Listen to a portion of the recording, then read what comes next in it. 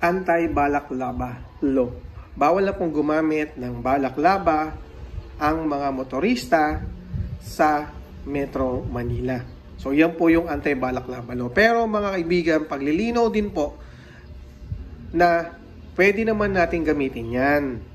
Basta po tayo ay nakasakay sa motor at meron po tayong suot-suot na helmet. Kasi nga protection po natin yung balaklava sa ating ulo, sa sikat ng araw, sa ilikabok at kung ano pa para din po maprotektahan natin yung ating sarili.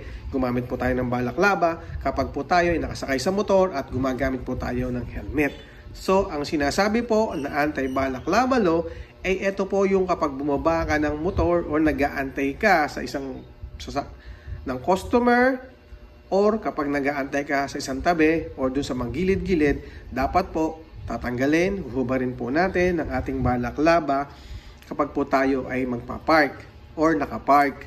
And kapag po tayo pupunta sa mga convenience store, kapag po tayo may bibilhin sa mga tindahan at bumaba po tayo ng motorsiklo, kailangan po natin tanggalin ang ating balaklava. Yan po ang pinaliwanag ni Mayor Isko Moreno na anti-balaklava law. Kaya mga kaibigan, so hindi po bawal gumamit ng balaklava kapag po tayo nagmumotor.